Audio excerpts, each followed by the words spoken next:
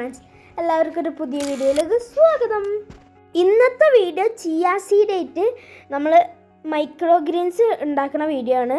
ഞാൻ മുൻപ് ഒരെണ്ണം വിട്ടിട്ടുണ്ട്. ഇത് ചിയ സീഡ് വെച്ചിട്ടുള്ളതാണ് കേട്ടോ. അപ്പോൾ നിങ്ങൾ ശ്രദ്ധിച്ച് കണ്ടോളൂ, എല്ലാവരും ചെയ്ത് നോക്കൂ.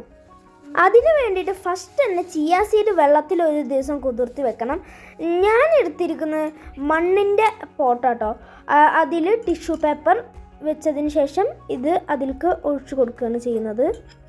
എല്ലാ ഭാഗത്തേക്കും നന്നായിട്ട് സ്പ്രെഡ് ചെയ്ത് കൊടുത്തിട്ടുണ്ട്. അതിനുശേഷം അത് അടച്ച് വെക്കുകയാണ് വേണ്ടത്. ഇത് മൂന്നാമത്തെ ദിവസം ഇങ്ങനെ കേട്ടോ കാണാൻ കഴിയുന്നത്. ഇതാ കണ്ടോ, ചെറിയ ചെറിയ സ്പ്രൗട്ടുകൾ വന്ന് തുടങ്ങിയിട്ടുണ്ട്. കുഞ്ഞിയെ നല്ല രസമുണ്ട് കേട്ടോ, എനിക്ക് നല്ല ഇഷ്ടപ്പെട്ടു അത് കാണാൻ.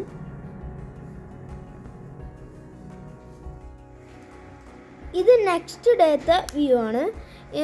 വെള്ള കളർ ഉണ്ടായിരുന്നത് ഇപ്പോൾ യെല്ലോ ഷെയ്ഡിലേക്ക് മാറുന്നുണ്ട്.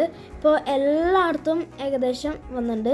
ഇത് 5th ഡേത്തെ കേട്ടോ. നെക്സ്റ്റ് ഡേത്തേന് യെല്ലോ ഷെയ്ഡ് വന്നിട്ടുണ്ട്. ഡാർക്ക് യെല്ലോ ആയി മാറിയിട്ടുണ്ട്.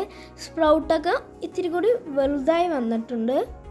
മൈക്രോ ഗ്രീൻസിനെ സൂപ്പർ ഫുഡ് എന്ന കാറ്റഗറിയിലാണ് ഉൾപ്പെടുത്തിയിരിക്കുന്നത്.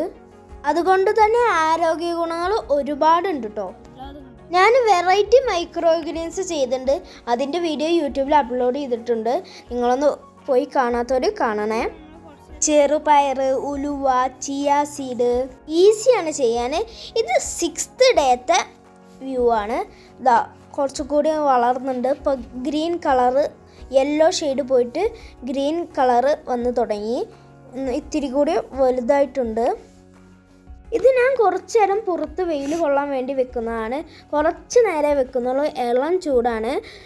നമ്മൾ ഉച്ചക്കൊക്കെ ഇവിടെ നല്ല ചൂടാട്ടോ. അതുകൊണ്ട് തന്നെ രാവിലെ വൈകിട്ടുമാണ് കുറച്ച് പുറത്ത് വെക്കാറ്.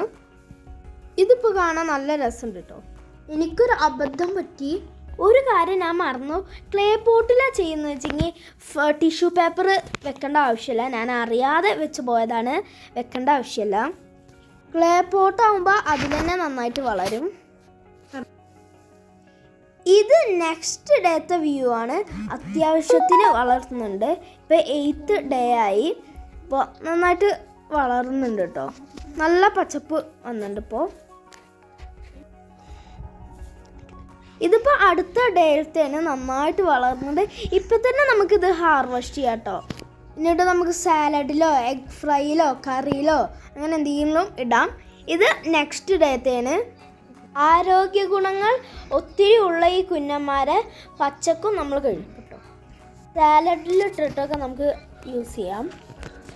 ഓരോ ദിവസം കഴിയുമ്പോഴും അതിൻ്റെ ലീവ്സൊക്കെ നന്നായിട്ട് വലുതായി വരുന്നുണ്ട്. അപ്പോൾ ഇതിനി നമുക്ക് ഹാർവെസ്റ്റ് ചെയ്യാം കേട്ടോ. നന്നായിട്ട് വളർന്നുണ്ട്.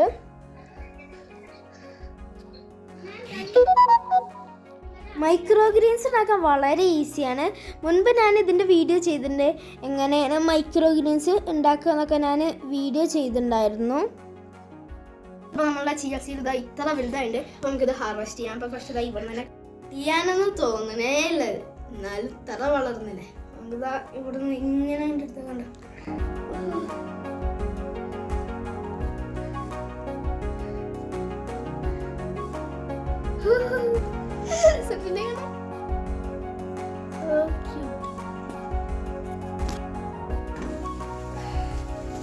ക്ലേ പോട്ടിൽ വെക്കുകയാണെങ്കിൽ ടിഷ്യൂ പേപ്പർ യൂസ് ചെയ്തില്ലെങ്കിൽ ഇതിൻ്റെ വേരോട് കൂടെ നമുക്ക് എന്ത് സാലഡാണെങ്കിൽ സാലഡ്, എഗ് ഫ്രൈ ആണെങ്കിൽ എഗ് ഫ്രൈയിലും ഇടാം. ഇത് ഞാൻ കഴിക്കാൻ പോവുകയാണ്.